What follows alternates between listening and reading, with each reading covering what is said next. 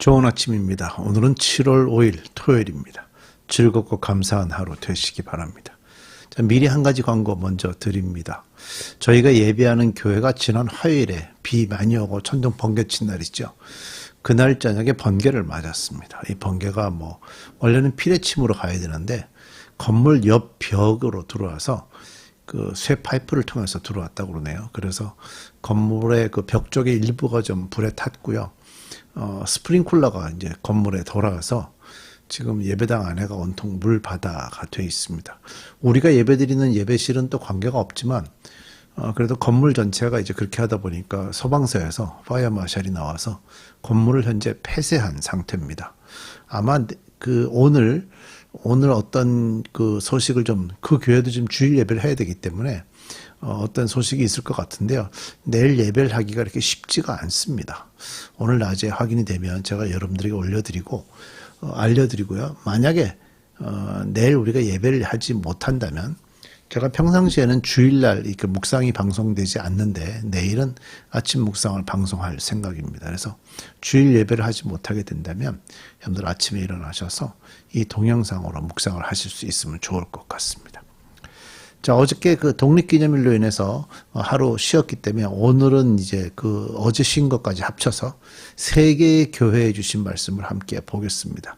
내용이 좀 길기 때문에 전체적으로 좀 짧게 중요한 메시지를 찾아보도록 하겠습니다. 함께 본문을 들여다보시죠. 2장 8절부터 29절까지 말씀입니다. 첫 번째는 서문학 교회에 보내는 말씀인데요. 서문학 교회는 처음 나왔던 에베소하고 굉장히 비슷한 크기의 큰 도시입니다. 지금 터키로 가면 이즈밀이라는 도시가 이제 서쪽 바닷가에 있는 아주 아름다운 도시죠. 그 도시의 옛날 버전, 그 도시가 있었던 지역이 이제 서문학교인데요. 당시에 2,000명이 들어가는 실내 극장이 있었다고 하니까 그 정도로 큰 도시고 에베소하고 서로 맞먹는 큰 도시였다고 얘기를 하고 있습니다. 바로 그 도시에 대한 얘기입니다. 8절. 서문학 교회의 천사에게 이렇게 써 보내어라. 처음이며 마지막이요. 죽으셨다가 살아나신 분이 이렇게 말씀하신다. 항상 예수님의 성품에 대한 말씀이 항상 반복적으로 나오고 있죠. 나는 네가 당한 환난과 궁핍을 알고 있다. 그런데 사실 너는 부유하다. 또 자칭 유대 사람이라는 자들에게서 내가 비방을 당하고 있는 것도 나는 알고 있다. 그러나 사실 그들은 유대 사람이 아니라 사탄의 무리다. 여기에 나오는 환난과 궁핍, 이건 이제 뭐냐면 유대인들에 의해서 만들어진 거라는 거죠. 유대인들이 예수님을 믿어서 그리스도인이 되었는데 그 중에 일부는 여전히 모세가 알려준 율법을 그대로 지켜야 되고 할례도 받아야 된다 이런 거를 주장했던 유대인들이 있었죠. 그것으로 인해서 많은 그리스도인들이 고통을 받았다. 우리가 또 주일날 저희가 지금 계속해서 사도행전 말씀을 듣고 있는데 이 사도행전 지난주에 들었던 사도행전 15장 예루살렘 공의회도 그것 때문에 열렸던 첫 번째 중요한 회의였거든요. 그러니까 그런 걸로 인해서 굉장히 고통을 받았었습니다. 특별히 서문학교회가 그런 일로 고통을 많이 받았다는 겁니다. 사실 이들에게 이렇게 고통을 줬던 유대인들, 그리스도인이라고 얘기하지만 그리스도인이라고 볼 수 없는 유대인들, 그들은요 오히려 하나님의 율법을 지킨다는 미명 아래 교회를 핍박했던 사단의 무리다라고 볼 수가 있습니다. 바로 그 환난과 궁핍을 이들이 겪고 있었다 그 얘기죠. 10절. 내가 장차 받을 고난을 두려워하지 말아라. 보아라. 악마가 너희를 시험하여 넘어뜨리려고 너희 가운데서 몇 사람을 감옥에다 집어넣으려고 한다. 너희는 열흘 동안은 환난을 당할 것이다. 죽도록 충성하여라. 그리하면 내가 생명의 멸류관을 너에게 주겠다. 자, 지금 환난과 궁핍을 당하고 있지만 기간이 있습니다. 열흘이라고요. 10일이 실제적으로 날짜로 10일이라는 10days라는 걸로 의미가 될 것인지 10년으로 될 것인지 이런 것들에 대해서는 해석에 따라 좀 다르기 때문에 지금 확인이 좀 어렵지만 중요한 거는 곧 고난이 끝난다라는 거죠. 굉장히 중요한 의미가 있습니다. 그래서 그리스도인들이 고난이 없냐? 그렇지 않습니다. 그리스도인들이 복음을 받았기 때문에 고난이 없는 것이 아니고 우리도 다 고난이 있지만 그 고난은 기간이 정해져 있고요.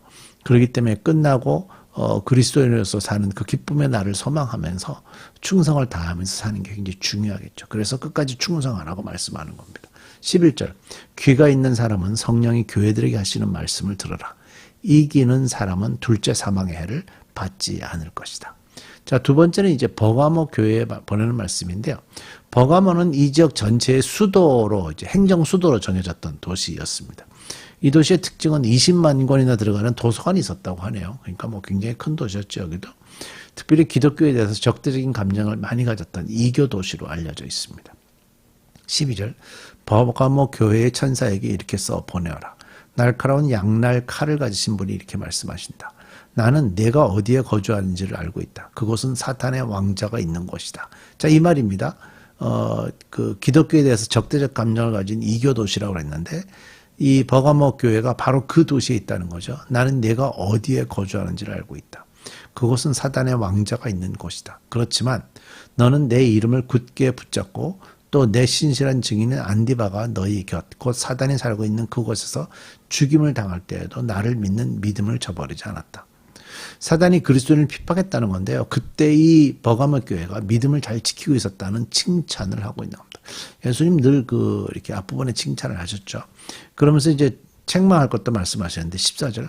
그러나 나는 내게 몇 가지 나무랄 것이 있다. 너희 가운데는 발람의 가르침을 따르는 자들이 있다. 발람은 발락을 시켜서 이스라엘 자손에게 올무를 놓게 하고 우상의 제물을 먹게 하고 음란한 일을 하게 한 자다. 민수기 22장에 나오는 말씀이로요.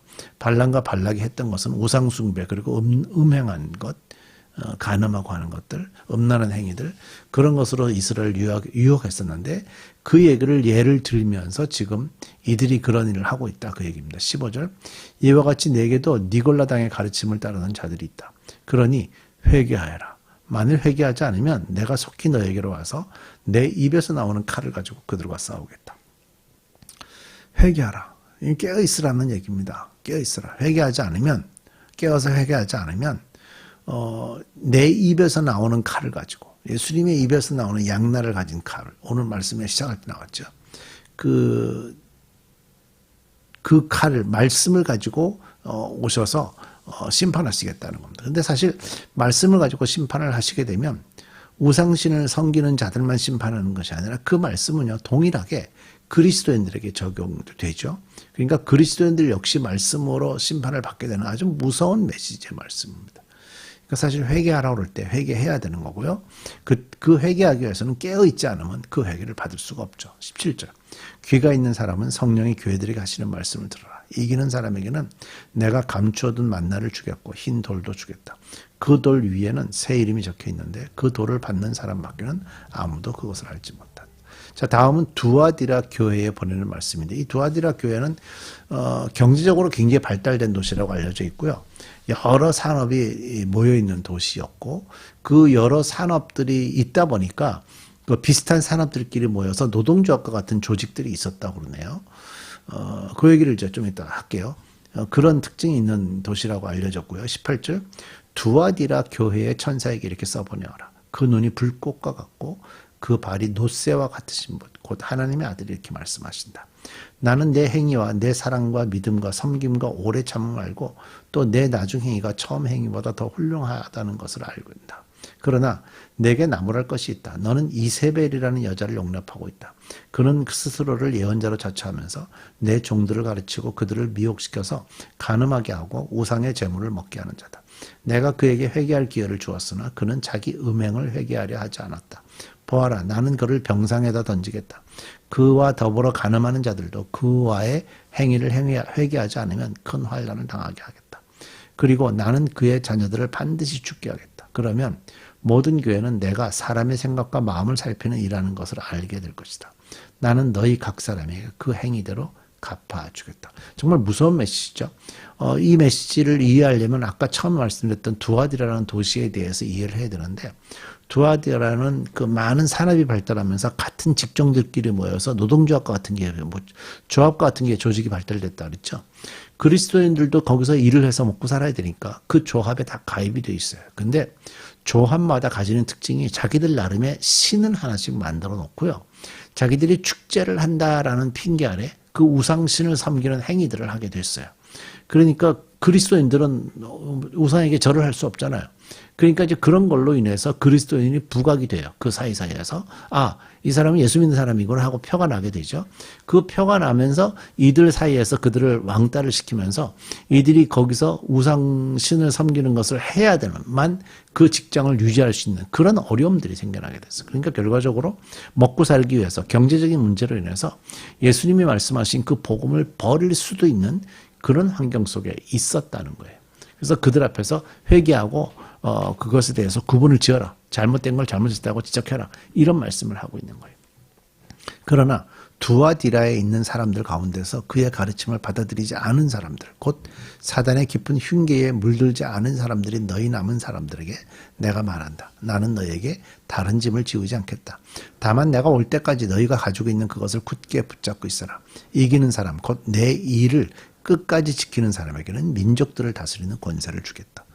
예수님이 그들과 구분지어서 그리스도인으로 살라고 말씀하시죠.